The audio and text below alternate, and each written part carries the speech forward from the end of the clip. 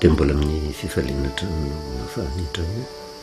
miaraka amintsika ao anatin'izao teny fampahirizana izao. Tsy takona fiainana amintsika fa miaina ao anatin'ny vanim-potoana sarotritsika, vanim-potoana izay mahavery hevitra ny zanak'olombelona, ry indrindra ho antsika isambatan'olona eo anivon'ny tokantrano, eo anivon'ny fiangonana, eo anivon'ny firenena sy zavatra rehetra tanterahana da ohatra ny tsy misy vokany avokoa fa miteraka ati-tsaina ary tsapa mihitsy manoloana ny toe-javatra mitranga fa tsy misy fiadanam-po, mitaintaindava mieritreritra ny zavatra mitranga kanefa ho an'ny olona tafaverina marina amin'Andriamanitra dia misy fombany vahaolana atolony mba hahatonga ny olona hifikotra tanteraka aminy, satria araka ny nambarantsika hoe eto amin'ity zao tontolo izao ity tsy ilaozana fahoriana, tsy ilaozana korotana, tsy ilaozana loza avelan'Andriamanitra hitranga ireny mba tsy hahatonga antsika anjery andro lava fa mba hahatonga antsika kosa mametraka ny fiainantsika am-pelatanan'Andriamanitra mba ho lavorary avokoa izay rehetra ataontsika. Elohan'ny zavatra rehetra mivavakisika Jehovah Andriamanitra ray, misaotra anao izay satria isanandro isanandro ianao dia tsy mitsara teny izay vahoakanao matetika tsy mahatsapa ny fanatrehanao fa varianany amin'ny adetrehana isanandro isanandro ary indraindray aza mieritreritra fa toa tsy misy ianao, tsy miditra an-tsehatra ianao, tsy mamaly vavaka ianao Andriamanitra tsy mba mandao fa zahay mihitsy nomeny mandositra anao ka tsy mety mihaino ny sitraponao. Mangataka aminao izahay manoloana ny fankivina mitranga amin'ny sambatan'olona, ny fanahy masina no mokaiasa ao anatinay tsiraray avy tompo mba ahafahanay miaino ny feonona dia ao anatin'ny orakorako izao tontolo izao azy. Andriamanitra tsy mba manary ianao ary mitsinjo ny olona izay matahotra anao. Mangataka ny alabe ny famindromponao aminay sambatan'olona, amin'ny tokantrano, amin'ny fiangonana indrindra, amin'ity firenena malalana ity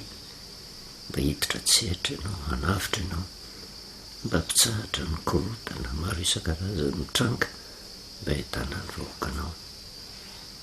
Fotoana foy izay rahana eto dia matoko sy mino fa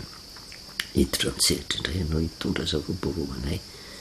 mba hananana fanantenana sy fifaliana. Tenena Jehovah fa mihaino mpanompono amin'ny anaranao Jesosy. Amen. Fahalomerapantsika amin'ny anaran'i Jesosy manonona ny fahasoavana sy ny fahitanan-tompo amintsika mandrakariva. Ny zavatra mitranga ankehitriny dia mampieritreritra, mampivarahontsana raha tsy mijery ny fizotry ny soratra masina satria tsy misy zavatra mitranga ety amin'ity zao tontolo izao ity afa tsy izay nambaran'Andriamanitra. Fa ho an'ny olona izay tsy miaraka amin'Andriamanitra dia tampoka aminy avokoa ny zavatra rehetra. Soratra masina tsy mampanantena fa tena isy fiadanana maharitra, tsy isy korotana ety amin'ity zao tontolo izao ity. Fa ny zavatra mbarany soratra masina dia miratsy ny fiainany, tsy mitsahatra ny fahoriana, tsy mitsahatra ny loza. Ary ny zavatra lehibe indrindra tian'Andriamanitra ampitaina dia ny isaintsainan'ny olona ny fiainam-panahiny fa tsy maintsy ho avy ny vanim-potoana izay aharava n'ity zao tontolo izao ity. Ary ny toe-javatra mitranga rehetra, na io fifaliana, na io fahoriana, na io korotana, na io loza, dia fisaritan'Andriamanitra ny olona mba tsy hamikitra amin'ny zavatra ho levina ety amin'ity zao tontolo izao ity fa ny hanomana ny fiainany mandrakizay. Ary zavatra tahaka an'izany no hitantsika taratra, ny fiainana amin'ny firenena manoloana ny toejavatra izay atrehany ity zao tontolo izao ity tao anatin'ny telo taona latsaka izay mbola mitohy amin'ny taona 2022 raha ny soratra masina diniantsika nisy ny zavatra mampivarahontsana ny tranga izay nampitaimitaina ny olona rehetra manerana n'izao tontolo izao ary ny aina tao anatin'izany na isika vahoaka malagasy aza ary io tsy mifidy na milaza ny tena no kristianina ny olona na jentilisa fa ny loza dia mahatratra ny olona rehetra. Raha mahatsiarontsika ny tenin'i Jesosy Kristy izay milaza ary eo no tsy ahafahana mitondra fampanantenana pokaty ny olona rehefa miaraka amin'Andriamanitra ianao dia miada-pinaritra fa arakaraka ny rahanao amin'Andriamanitra mihitsy aza no hisedrana loza maro isan-karazany kanefa mipetraka foana ny teny fikasana avy amin'Andriamanitra manoloana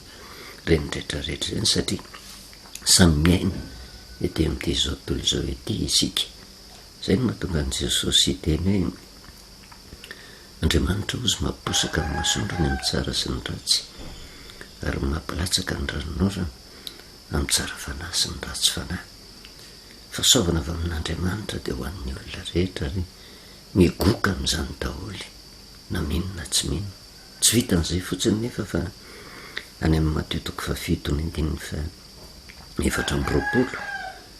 ka hatramin'ny 7:20 dia mitovy daholo ny zavatra manjo ny olona rehetra. Ozy ny voalazan'i Jesosy Mateo 7:24 ka hatramin'ny 7:20 ko amin'izany ozy nazovy mandreza ny teniko izany ka mankatoa azy dia hoarina amin'ny lehilahy manan-tsaina izay nanorona ny tranony teo ambony vatolampy, latsaka ny ranonorana nisy rikabe sady nifofofo ny rivotra ka namely izany trano izany nefa tsy nianjera izy satria efa nahorona teo ambony vatolampy. Fa izay rehetra mandreza ny teniko izany nefa tsy mankatoa azy dia hoarina tahaka ny lehilahy adala ozy izay nanorona ny tranony teo ambony fatsika, latsaka ny ranonorana ka nisy rikabe sady nifofofo ny rivotra ka namely izany trano izany dia nianjera izy ka loza ny fianjerany. Izay no mahatonga antsika miresaka hoe matetika misy fahadsoa-kevitra manoloana ny fitoriana ny filazantsara hoe rehefa miaraka amin'Andriamanitra ianao dia milamindamina, tsisy loza, tsisy fahoriana, tsisy fahasahiranana hitranga. Fa raha ity voalazan'i Jesosy Kristy ity dia ireo ny karazan'olona misy eto amin'izao tontolo izao. Misy lehilahy anankiroa, ny anankiray ambarany hoe lehilahy endry, ny anankiray ambarany hoe lehilahy adala. Mitovy ny zavatra hitovizana izy ireo dia izao samy nandre ny tenin'Andriamanitra. Ny zavatra hitovizany na le lehilahy manan-tsaina endry nanorona ny tranony tambony vatolampy dia na le lehilahy adala izay nanorona ny tranony tambon'ny fasika, ny zavatra hitovizany dia izao samy mandre ny teny. Ny zavatra faharoa hitovizany ihany koa dia ity: latsaka ny ranonorana nisy rikabe sady nifofofo ny rivotra namely izany trano izany. Na le lehilahy manan-tsaina na le lehilahy adala dia misy loza miatra amin'ny avokoa, tsy afa-miala eo anatrehan'izay. Fa ny zavatra nampiavaka azy anankiroa ireo dia ny anankiray nandre ny teny ka nankatoa, tonga ny loza tsy nianjera ny trano. Ny anankiray nandre ny teny tsy nankatoa, loza ny fianjerany. Ary izay no tokony hitandremantsika, izay no mahatonga ny tenin'Andriamanitra tonga amintsika isan'andro isan'andro. Tsy afa-mialintsika ety amin'ity zao tontolo izao ity fa miatrika loza mandrakariva ary raha mitoejavatra ny tranga manerana an'izao tontolo izao dia nampivarotsana tokoa. Veriny tsika teto amin'ny firenena nisy ny première vague tamin'ireny valina aretin'ireny, mafy ny zavatra natrehany. Misy ny deuxième vague, mafy ny zavatra natrehany. Ary avelan'Andriamanitra hitranga ireny toe-javatra ireny. Kanefa ny zavatra tsikaritra tsika dia ohatra ny tamin'ny fomba mahagaga, ohatra ny tsahatra izany le valana aretina. Nambarantsika nefa mba tsy hatonga antsika hilamindamina ka tonga amin'ny tenin'ny Paoly apôstôly hoe manao miadana sy mandro fa izay kanjo anjoa azy tampoka ny fandringanana io lozy io tsy mipetrapetra fa io lozy io memafy ary tokony hitandriny manoloana n'izay rehetrarehetra zay ankehitriny nefa raha ny vaovao rendray de fa manomboka mianaka indray ny valana retina ary atahorana isiny troisième vague ao aminatin'ny vanim-potoana amarana ny taontsika izao mety ririny tasa tsy tsaroana ka tsy tsapan'ny olona ny toe-javatra misy fa rehefa madivadiva hifarana ny taona de misy zavatra tsy ampozina mitranga eo amin'ny fiainan'ny olona ohatra ny adino le loza ohatra ny adino ny zavatra mafy natreana nisy antso natao tao anatin'izany rehetrarehetra zany mba hiverenana amin'Andriamanitra mba tonga ny olona iray fo iray saina hiaraka hitolona amin'Andriamanitra satria ny fiverenana amin'Andriamanitra ireriany no antoka iray irovan'Andriamanitra ny olona fa saingy amin'ny vanim-potoana tonga tokoa ny loza ohatra miray fo ny ray saina zany ny olona fa rehefa ohatra mitsahatra le loza de tonga indray ny korotana ary tsy tapina fenina amintsika ny toe-javatra misy amin'izao vanim-potoana zao tsy vitany hoe ny valana retina fotsiny no mamely ary reny lozy reny matombotranga de vokatry ny toe-panahy ananan'ny olona ny fomba anankiray ahafahan'Andriamanitra mampitsahatra ny loza efa hitantsika teto zany de ny firaisapo sy ny firaisan-tsaina tahaka ny mponina tao Ninive tamin'izany vanim-potoana zany rehefa nirahany Jona ka nitaha ny teny tamin'ny mponina tao Ninive ho ravako ty tanàna ty hatramin'ny mpanjaka ka hatramin'ny mandinika indrindra niditra tao anatin'ny fifatekana nibebaka ny fona tamin'Andriamanitra niala tamin'ny ratsy nataony ny vokany nitsahatra ny loza fa saingy adinony olona zany satria ohatra ny lasa le loza ohatra ny lamindamina le fiainana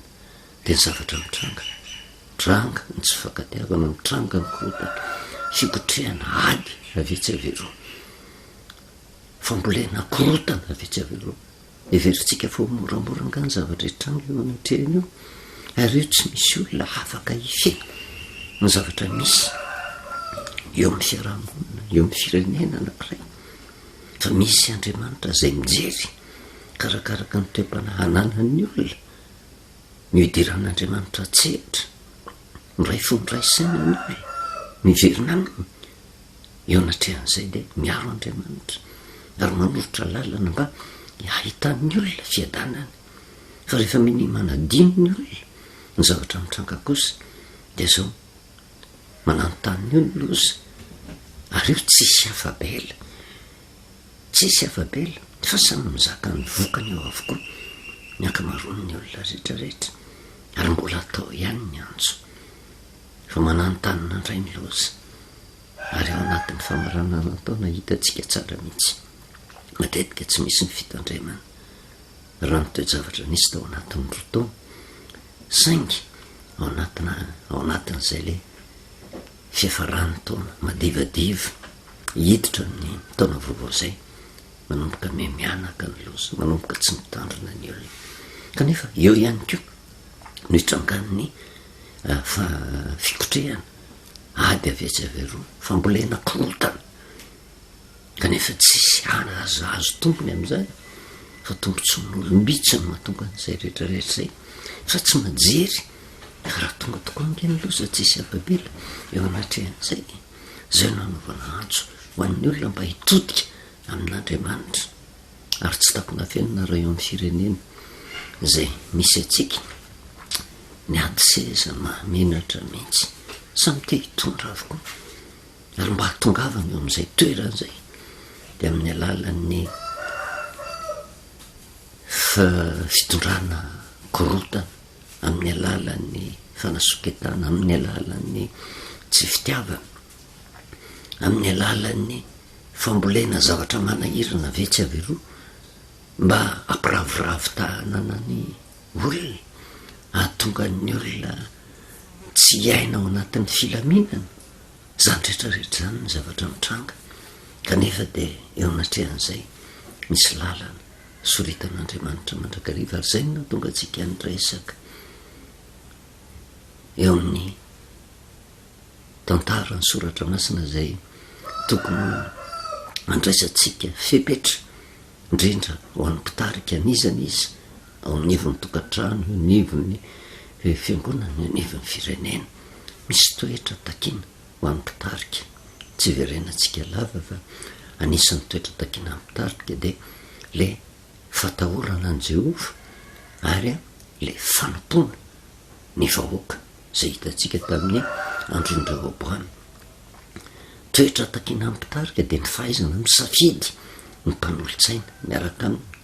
zay nambarantsika tamin'ny farany hoe afatra sy toromarika nomeny Jetro Rafozan'i Mosesy tamin'izany vanim-potoana zany manoloana ny ady sarotra zenatrehana io mifidiana olona matahotra an'Andriamanitra, olona manana fanahin'Andriamanitra, olona tsy tia kolikoly mba hiaraka hanampy anao hitantana ny firenena. Ny fahaizana misafidy mpanolotsaina kanefa hitantsika tamin'ny toetrany Rehoboam zavatra nisy dia zao nisy le zokiolona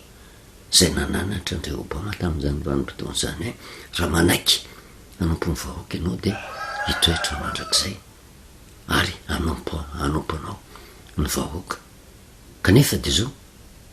zoany Rehoboam mpanjaka tamin'izany vanim-potoana zany nisafidin'ny mpanolotsaina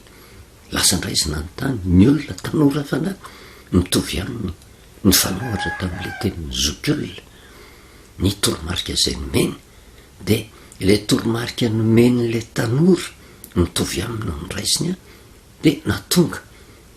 ny zanak'Israely ny zara roa tsy nisy fifankatiavana, natonga azy tsy naharitra teo amin'ny fitondrany. Ary matetika amin'izao vanim-potoana zao ohatra ny atao akilabao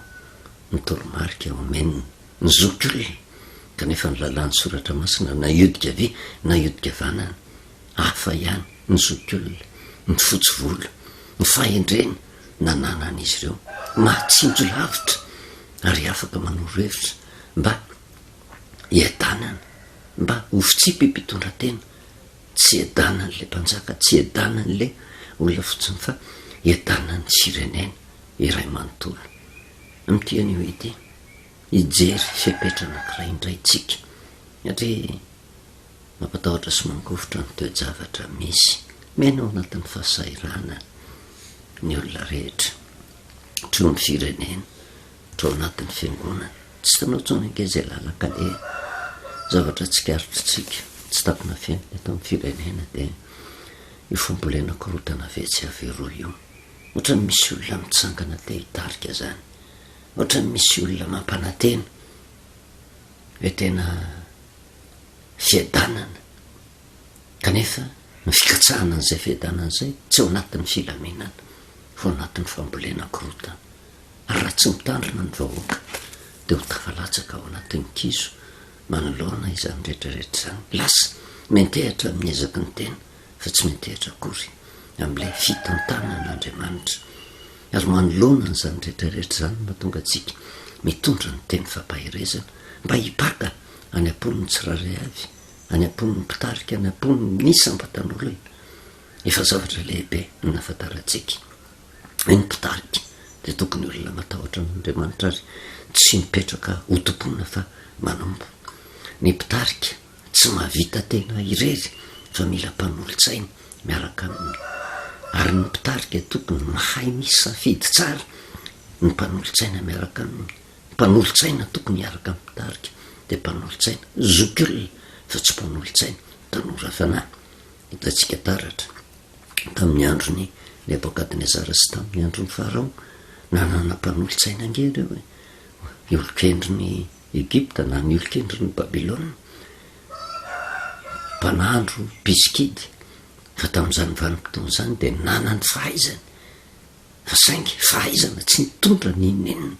manoloana ny fitantanana ny firenena. Kanefa teo anatrehan'izany miaino ihany izy le olona zay noverina fa andevo kely tahaka an'i Josefa, andevo kely tahaka andry Daniel zay natahotra an'Andriamanitra, tsy nandeha tamin'ny herin'ny tenany fa niaino ny feon'Andriamanitra. Ary nanome ny vahaolana rehetra fa na de firenena jentilisa ry Egypta, firenena jentilisa ry Babilôna de nitondra vahaolana ho an'izy ireo mba hiadana ny olona rehetra na ny olomba fidin'Andriamanitra na ny firenena jentilisa. Mahay misafidy ny olona tokony ho eketeny fa tsy hoe rehefa tanora, rehefa manana ny heriny de havita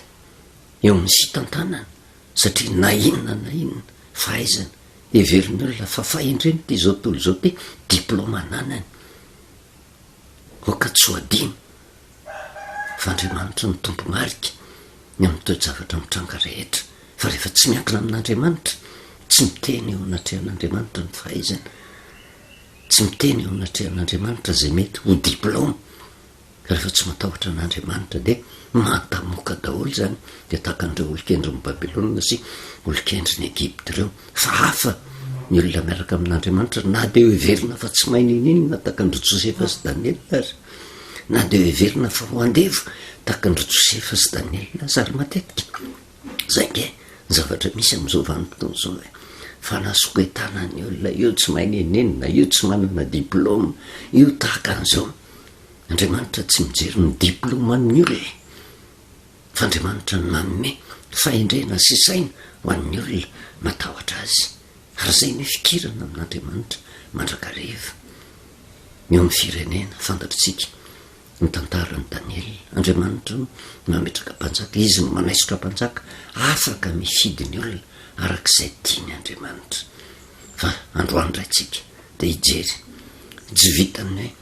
tokony hanompo ny vahoaka ny mpanjaka, tsy vitany hoe tokony hahay isafidy ny mpanolotsaina, fa misy zavatra anankiray ihany keo zay tsara ho fantatra. De hijeritsika eo amin'ny tantara faharoa, mpanjaka anankiray teo amin'ny firenen'ny Joda,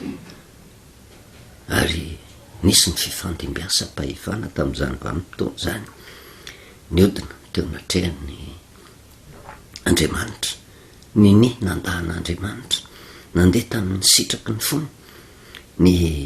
mpanjaka ny Joda tamin'izany, tamin'ny andron'ny Amazia. Ary rehefa maty izy de nandimby azy ny zanany zay vao tena mbola tanora ny tantana ny firenena. Ary toe-javatra tahaka an'izany ange misy am'izao vanim-potoana zao hoe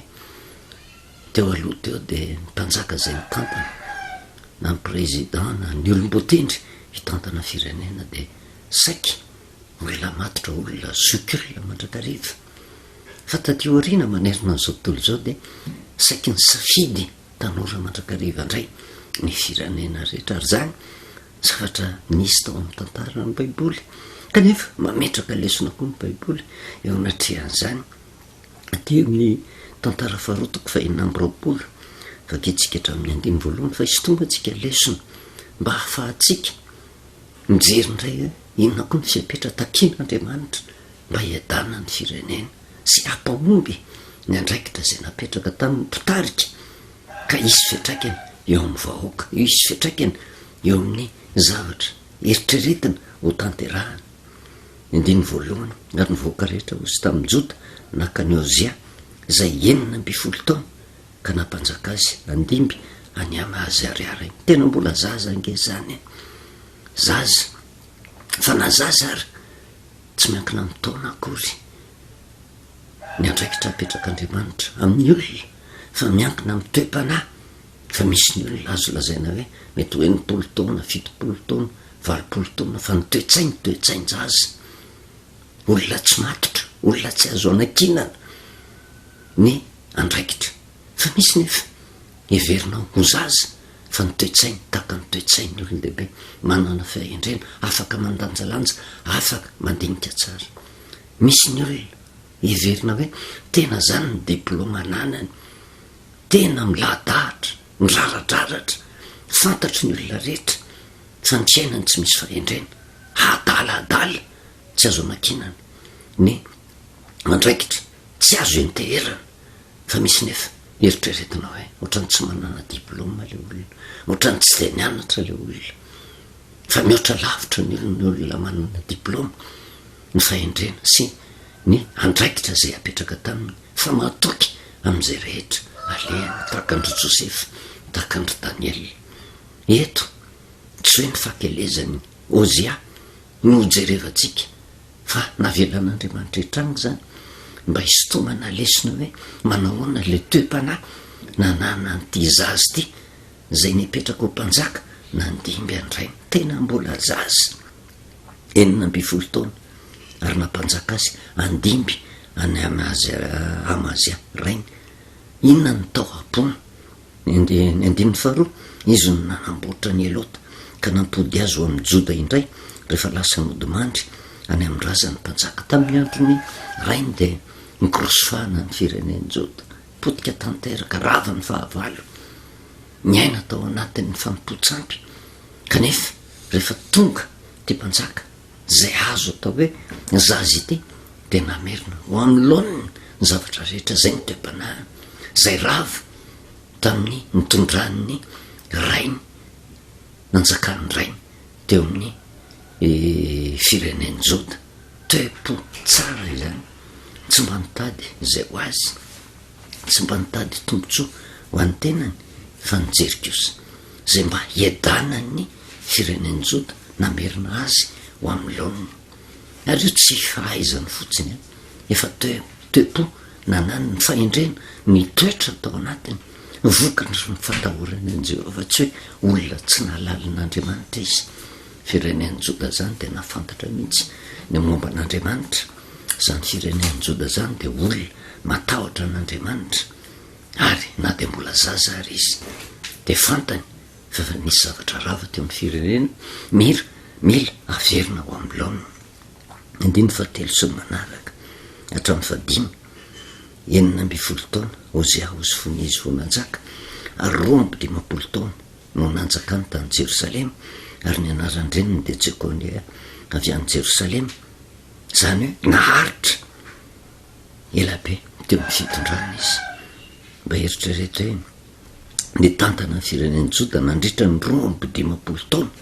no nanjakany tamin'izany fireneny Joda zany satria nahoana tsara ny fitondran-tenany ary io tsy niezaka natao io tsy ny fahendreny avy amin'Andriamanitra natonga an'izay vokatry ny toe-panahy nanana ny Ozia 12 taona ny tantana ny firenena matoa nanjaka teo nandritra ny 12 taona dia nisy zavatra nankasitrahan'Andriamanitra azy nierovan'Andriamanitra azy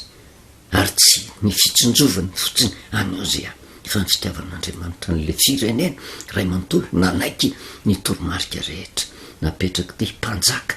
zay mbola tanora fanaty kanefa mitoera ny fahendrena tao amin'Andriamanitra manahoana nefa nitoetrany hitatsika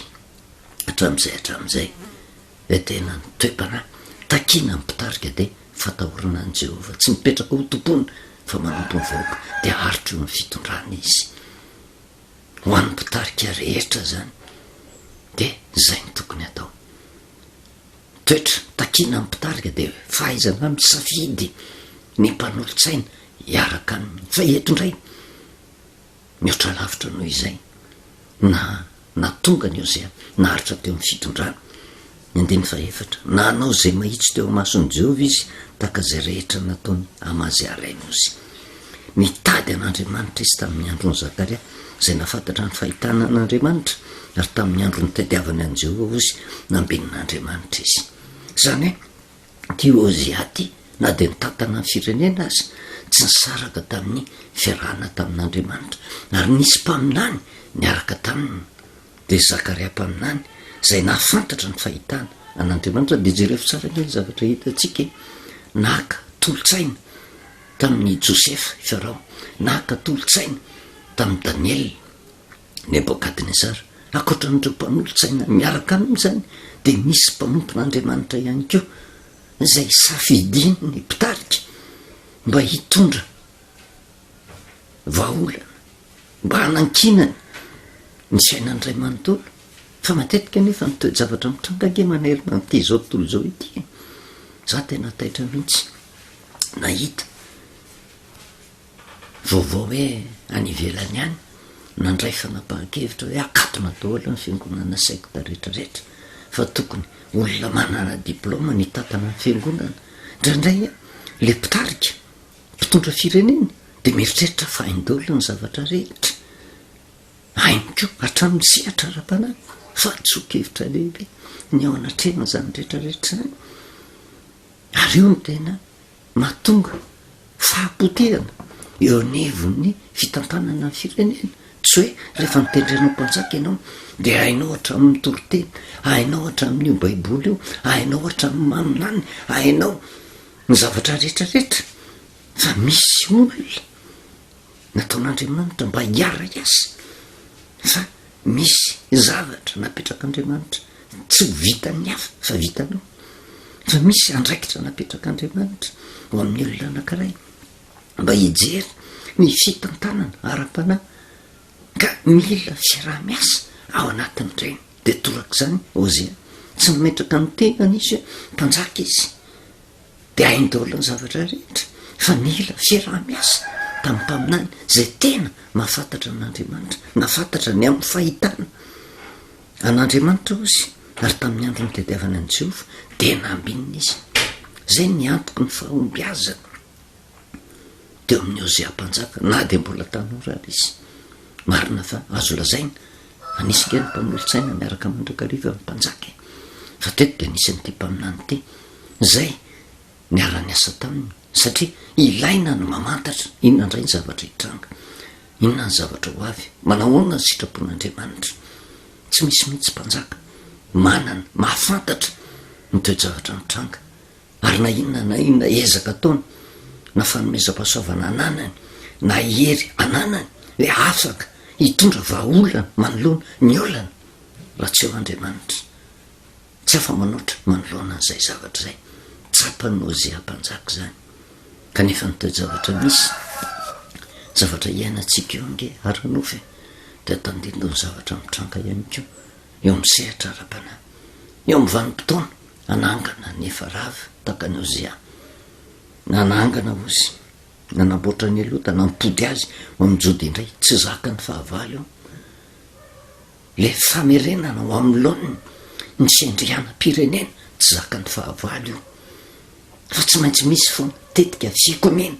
androtana izany fa tsy vita ny fahendren'olombelona ihany ko rehefa tena miala amin'Andriamanitra raha hitantsika moa fandehan'ny tantara eo anivon'ny tantarany Ozia mpanjaka fa tantara tsara no hitantsika eto aloha fa naharitra tamin'izany ve Ozia mpanjaka fa ninonenina ery ananany raha mbola miaraka amin'Andriamanitra de zao ambinina ary ninonenina fitodian'ny olona anankiray amin'Andriamanitra ny fitondrana korotana tsy mahombo naiza satria Andriamanitra no miaro aniny olona ary tokony ho lesona ho raisitsika hoe mandritra ny vanim-potoana ananatsika tombonandro mpahavelomany tsy misy tsara afa-tsy ny fiarahana amin'Andriamanitra mandrakariva raha teo ambinina amin'ny zavatra atao rehetra mila matahotra an'Andriamanitra mila manana mpanolotsaina endry tsy tia kolikoly ary mila miaino koa ny sehoan'ny mpanompon'Andriamanitra ny zavatra misy nefa amin'izao vanim-potoana zao eo angeny tena manahirany betsaka ny mpanolotsaina tohatra ny manolo-tena hiara iasa fa mpanolotsaina mamadika avokoa mpanolotsaina hitondra korotana ary raha tsy matsinjo lavitra manoloana n'izany rehetrarehetra zany de zao tena ho tafalatsaka ao anatin'ny kizo ihany fa rehefa miakina amin'Andriamanitra ianao ary zay no ilaina ny mpaminany miara-miasa zay afaka mizaha toetra ny fanahy ao anatin'ny olona hoe ty tsy tena mpanolotsaina manana ny fahendrena tsy mpanolotsaina matahotra an'Andriamanitra mba hahafahana misafidy tsara zay olona miara-miasa ilaina zany de zay zavatra mitranga amin'izao vanim-potoana zao toko mitsangana miseho azo mahay daholo ny ankamaroan'ny olona mpitady seza rehetra de mamorona an'io atsangatsy amanorana io ary de ny olona nefa eo anatrehan'izay tsy mijery ny asa zay tanterahana akory fa tonga de taitra ny fampanantenana pokaty ary raha tsy mitandrina ho tafalatsaka ao anatin'ny kizo fa firy ny olona mametra-panontaniana hoe ty olona miteny ty ve manana an'Andriamanitra matahotra an'Andriamanitra ny afantarina ny olona matahotra an'Andriamanitra de zao tsy mamboly korotana tsy mitarika grevy tsy mana ratsy tsy mana soketa fa mitady fiadanana ao anatin'ny filamenana Andriamanitra tsy tompon'ny fikotranana fa tompon'ny filamenana ka ninonina ezaka ataon'ny olona ny fambolena korotana mambana tena ny olona fa afaka tena hitondra vahaolana mantaingitra zany olona zany fa ny olona afaka hitondra vahaolana dia mahafantatra fa fitiavana no entina manatanteraka zany rehetrarehetra zany zany nefa ny zavatra mitranga fa rehefa jerevanao misehatra ara-panahy io zavatra mitranga rano fionge tandendony zavatra mitranga ara-panahy ihany koa ary zay ny mahatonga an' Jesosy Kristy teny mitandrema ianareo fa izy Kristy sandoka sy mpaminany sandoka hitsangana ka ny famantarana sy fahagagana lehibe raha azo atao na de ny olombo fidy azy de ho fitahana misy ko mitsangana ho mpaminany te hiala iasa amin'ny mpitarika de eo no ilana fahendrena tanteraka mihitsy fa tsy hoe rehefa mitoro ny tenin'Andriamanitra rehefa mahay manokatra baiboly rehefa mahay mitoro teny fondrindra mipetraka ny fitaka rehetra ary matetika ny zavatra mitranga de zao misafidy ny malaza mandrakariva satria ao anatin'ny laza ny eritreretina fa misy ny famarinana fa ny olona madinika tahaka ny Josefa ny olona madinika tahaka andro Daniel tsy hita ny mpitarika zany raha tsy tena mitoy zavatra faran'izay sarotra tsy hita zany olona zany ary zay nefa idio azy ady na iny safidy ny mpaminany niarany asa taminy zay nafantatra ny fahitana ny amin'Andriamanitra osika tamin'ny vanim-potoana ny tediavana n'Andriamanitra na ambinina tanteraka izy le toe-panahiny efa tsara fa tsy nitehitra tamin'ny fahaizana izy fa ny ankin-doha ihany ko tamin'ny mpanolo-tsainy ny ankin-doha ihany ko tamin'ny mpaminany tsy vitan'ny mpitarika samindrery mitantana ny firenena satria fantatra eo zay atsara Andriamanitra no mametraka mpanjaka izy no manaisitra mpanjaka fantatra eo zay atsara na iodika avy na iodika avanana tsy herin'ny tenany no afitan'ny mitantana ny firenena raha vao mitehitra amin'ny fahaizana mitehitra amin'izay verina fa fanomezam-pahasoavana irere amin'izany tsy maintsy ho avy ny fotoana hapotika an'izany olona zany fa mila manaiky ny fitantanan'Andriamanitra mila milefitra eo amban'ny fiainona ny afatrafatr'Andriamanitra mba ampilamina tanteraka ny zavatra atao rehetra ina moa ny zavatra tokony iraisantsika fo iraisantsika saina tsy vitany hoe apetraka fotsiny ampitarika ange ny andraikitra rehetra fa ho atsika vahoaka ho atsika zay milaza fa matahotra n'Andriamanitra tandremo mokorotana fa manano tanana ny loza fa tokony iray fo iray saina mba ny fanan'Andriamanitra no iasa ao anatin'ny mpitarika aiza misafidy mpanolo-tsaina miaraka aminy mba hanokatra ny masom-panany aiza misafidy ihany ko ny mpaminany zay iara-iasa aminy satria ny zavatra misy amin'izao vanim-potoana zao betsaka ny mpaminany sandoka Jaona de nilazan'izany eny amin'ny Jaona voalohany toko faefatra ny voalohany ka hatramin'ny fahatelo ry malala ozy zao toetra ny fanana avy amin'Andriamanitra na tsy efa zao nafantarinareo ny fanahy avy amin'Andriamanitra de ny fanahy rehetra zay efa manaiky fa efa tonga tamin'ny nofo Jesosy Kristy no avy amin'Andriamanitra fa ny fanahy zay tsy manaiky an' Jesosy tsy mba avy amin'Andriamanitra fa zany ny fanahiny antikristy zay efa rehanareo fa ho avy sady efa aminareo betsaka ny mpaminany sandoka amin'izao vanim-potoana zao tsy ao anatin'ny laza no hijerevana azy tsy ao anatin'ny arena voninahitra no hijerevana azy toe-panahy ary mila mamantatra ny soratra masina tsy manaiky lembenana fa ny mpanjaka zay mitantana mpanjaka koa mandinika ny soratra masina mahafantatra zay voalaza ao anatin'ny soratra masina inona marina ny voasoratra ao fa tsy hoe manaiky lembenana fotsiny satria ty olona ty malaza de hoe ekeko teny fa mila mandinika tsara ary Osea mpanjaka teo anatrehan'izay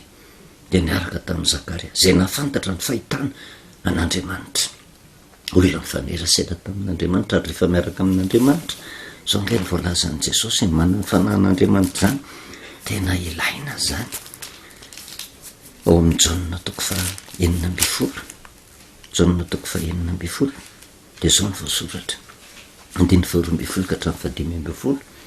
mba hisaintsaina tsy vitan'ny eritsaina tsy vitan'ny fizahozahoana tsy vitan'ny ampopo tsy vitan'ny fahaizana ny fitantanana ary tsy afaka mampanantena zavatra pokaty fa raha vao tsy miaraka amin'Andriamanitra tsy mizotra any amin'ny fampitehana na ela na oaingana de zao nyvoalazan'i jesosy sangeno mahatonga ny afatra nampitaina tamin'ny mosesy mifidiany ianao olona matahotra an' jehova manana fahaizana olona tsy tia kolikoly mba hiara-iasa aminao ny 120 manana ny fanahin'andriamanitra ozy ny aiky ry faharoa ny aiky ny Nebokadnezara fataon'i Josepha ataon'ny Daniel ny fanahin'andriamanitra ary fanahin'andriamanitra io no afantarany ny fahitana rehetra midika ny fahitana na ny zavatra ho avy ary de efa tsinjony de miloha mba hitondrany vahaolana ny sepetra rehetra hoentina miatrika ny zavatsarotra aminao avy. Mbola manana zavatra maro lazaina aminareo aho ozy zao nataoko 20 22 ka hatramin'ny fa 13 no raisitsika nefa tsy zakanareo ankehitriny ozy fa raha tonga ny fanahy famarinana izy no hitaridàlanareo ho amin'ny marina rehetra fa tsy teny ho azy izy fa zay ho reny de ho lazainy avokoa ary na ny zavatra ho avy azy de ambarany aminareo zay le fanahy mitoetra ao anatin'ny mpanolotsaina mitoetra ao anatin'ny mpaminany zay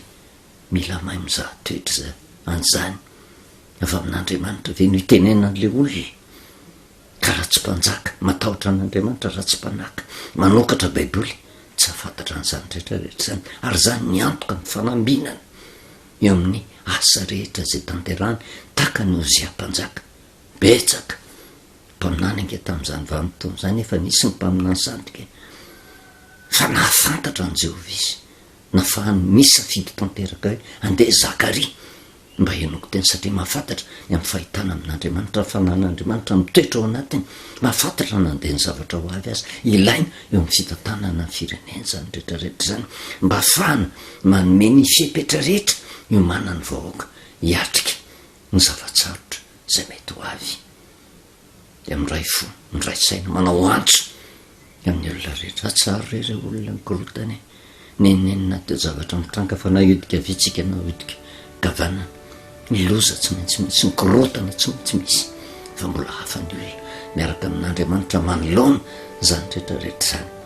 zay mampafantatra atsika ny zavatra ho avy manorotra lalana mba fahatsika mivoaka amin'ny toe-javatra sarotra rehetra ary raha zay no ataotsika tsy afabela taka n'le lehilahy endry nandreny teny nakato tonga ny loza tsy nianjerany trano fa mba tsy lehilahy adala nanorona ny trano tambo mifasika nandreny teny fa tsy nakato loza ny fiandrerany zany trano zany kanefa mahatoka ny teny fikasana avy amin'andriamanitra tsika mamerimberina an'izany foana ingane no mandafy manodidina atsika andriamanitra ary voninahitra eo fotsika mandrakariva ka na de eo raha ny zavatsarotra tsy maintsy atrehana mba hivoaka mpandresy ny firenentsika voninahitra n'andriamanitra rerany vavakitsika satranao Jehova andriamanitra reny ny teny fampahirezana indray zay nomenao fa nainao masina anao kaiasa ao anatin'ny lomba afany matsapa tanteraka mihitsy ny fitiavanao satria matory reny sofina izany de hiditra antsehatra ianao mba tonga anay tsy atahotra nangofotra manoloana ny toe-javatra zay atrehana fa natena ny fandresena avy aminao ny fahendrena ny mpitarika ny misetrarana fona misetrarabana mba hay izatoetra ny fanahy na avy aminao natsy ahafahany misafidy ny mpiara-miasa aminy satria miditra ntsehatra mandrakariva ny devolo ny mampiasa olona hitondra korotana ny fitonitsaina koa ny vahoaka mba tsy ho voarebirebyka atoky fa notenana pokaty mentiny satana zay mampiasa olona ihany ko zay ny farany nefa de angidy metra lavitra no zay zavatra mitranga hatramin'izay matokony teny fikasana avy aminao zay Jehova de ko tanterakaraka ny sitraponao misaotra indrindra ray amin'ny anaran'i Jesosy amen. Mavelomantsika amin'ny anaran'i Jesosy manomana ny fahasoavana sy ny fiadanany tombo ho amintsika mandrakariva.